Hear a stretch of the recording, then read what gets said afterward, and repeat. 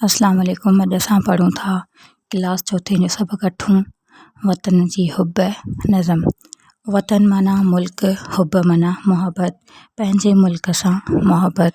नज़म माना शाइरीअ जो अहिड़ो क़िस्म जंहिंमें शाइर कंहिं हिकु ख़ासि मौज़ू बाबति पंहिंजा ख़्याल, अहसास ऐं पैगाम सुहिणनि ऐं तरतीबवार लफ़्ज़नि में बयानु कंदो आहे।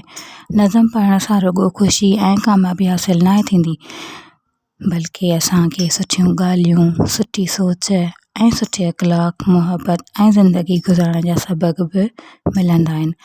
अचो त हाणे हिन नज़म खे पढ़ूं ऐं सम्झूं। वतन जी हुब जी दिलि में न थी ईमान कहिड़ो थियो, अमल नाहे जे इंसान में त पोइ इंसान कहिड़ो थियो। हिन शेर में शाइर चवे थो त जेकॾहिं कंहिं माण्हूअ जी दिलि में पंहिंजे वतन लाइ मोहब्बत नाहे त उन जो ईमान मुकमल थी नथो सघे। इंसान रुॻो ॻाल्हियुनि सां इंसान नाहे थींदो, पर जेसीं ताईं हू पंहिंजे अमल सां पंहिंजे मुल्क ऐं माण्हुनि खे को फ़ाइदो न पहुचाए, तेसीं ताईं उन जी इंसानियत जो को बि फ़ाइदो न आहे। अञा ताईं ग़रीबनि सां न धारे को जे हमदर्दी, धारे माने साह संभाल या ख़्याल। ग़रीबनि लाइ संदन दिलि में भला अरमान कहिड़ो थियो। हिन शेर में शाइर अफ़सोस कंदे चवे थो त जेकॾहिं असां अॼु ॾींहं ताईं पंहिंजे वतन जे ग़रीब ऐं मिसकिननि माण्हुनि सां हमदर्दी नाहे कई, असांजी दिलि में उन्हनि जी तकलीफ़ खे ॾिसी को ॾुख या अरमान नथो थिए त पोइ असांजी दिलि में रहम ऐं इंसानियत जे जज़्बे जी खोट आहे। न थी तालीम जी ॻणिती, न थी बेरोज़गारी घटि, तरक़ीअ जो असां में पोइ वरी इम्कान कहिड़ो थियो।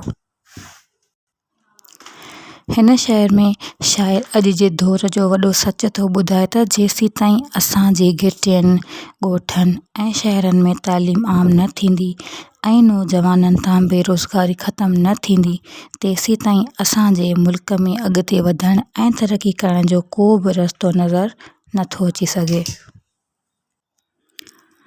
अजब आहे अञा ग़फ़लत जी आहियूं निंड में अॼु बि, ग़फ़लत माने लापरवाही।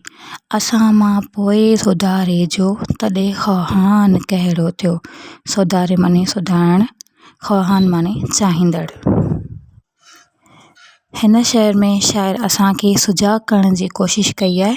हीउ चवे थो त ॾाढी अजब जी ॻाल्हि आहे त जो इंसान अञा ताईं लापरवाही ऐं सुस्ती जी गहरी निंड में सुता पिया आहिनि। जॾहिं असीं पाण पंहिंजी हालत बदिलाइण जी कोशिशि ई न कंदासीं त पोइ मुल्क या शहर जा माण्हू बहितर जी उमेद कीअं था रखी सघनि। कॾूं अहिड़ा हुनर जो निकिरे पाकिस्तान जो नालो, ईअं जे कीन कयोसीं मुल्क ते अहसान कहिड़ो थियो। हिन शेर में शाइर असांजे नौजवान नस्ल खे हिदायत कंदे चवे थो त असांखे अहिड़ा नवां हुनर, इल्म सिखणु घुरिजनि जंहिंसां पूरी दुनिया में असांजे मुल्क पाकिस्तान जो नालो रोशन थिए। जेकॾहिं असां मुल्क लाइ को वॾो बहादुरी वारो कमु नथा करियूं त पोइ असां पंहिंजे वतन ते को अहसान नथा करियूं। वधायूं जे न पैदाइश असीं हाणे ज़मीननि जी, ज़राइत लाइ असां वटि पोइ नओं सामान कहिड़ो थियो। ज़राइत माने पोख या खेती। हिन आख़िरी शेर में शाइर खेती ॿाड़ी ते ज़ोर ॾिनो आहे। चवे थो त असांजे मुल्क जे ॿनियुनि ऐं ज़मीननि मां जेकॾहिं फ़सलनि जी पैदावार वधीक न थींदी ऐं असां खेती ॿाड़ी न कंदासीं त पोइ असांजी रोज़गारी कीअं सुधरंदी। असांखे पंहिंजे ज़मीननि मां वधि में वधि जेतिरो थी सघे फ़ाइदो वठणु घुरिजे। हिन नज़म मां असांखे इहो सबक़ मिले थो त वतन सां मोहब्बत करणु हर इंसान जो फ़र्ज़ु आहे। जेको माण्हू पंहिंजे मुल्क सां सची मोहबत कंदो आहे उहो हमेशह पंहिंजे मुल्क जी भलाई लाइ कमु कंदो आहे। असांखे घुरिजे त दिलि लॻाए पढ़ूं, ईमानदारी सां महिनत करियूं ऐं ग़रीबनि ज़रूरतमंदनि जी मदद करियूं, वॾनि जी इज़त करियूं ऐं नंढनि सां प्यार सां पेश अचूं, मुल्क खे साफ़ सुथिरो रखूं, क़ानून जी इज़त करियूं ऐं अहिड़ा कम करियूं जिन सां पाकिस्तान जो नालो रोशन थिए। हर माण्हू जेकॾहिं पंहिंजो फ़र्ज़ु सचाई ऐं ईमानदारी सां निभाईंदो त असांजो वतन तरक़ी कंदो, अमन वधंदो ऐं हर तरफ़ खुशहाली थींदी। तंहिं करे असां सभिनी खे घुरिजे त पंहिंजे वतन सां हमेशह सचे दिलि सां मोहबत करियूं, उन जी इज़त करियूं ऐं उन जी तरक़ीअ लाइ पंहिंजे वस में जेतिरो थी सघे सुठा कम करियूं।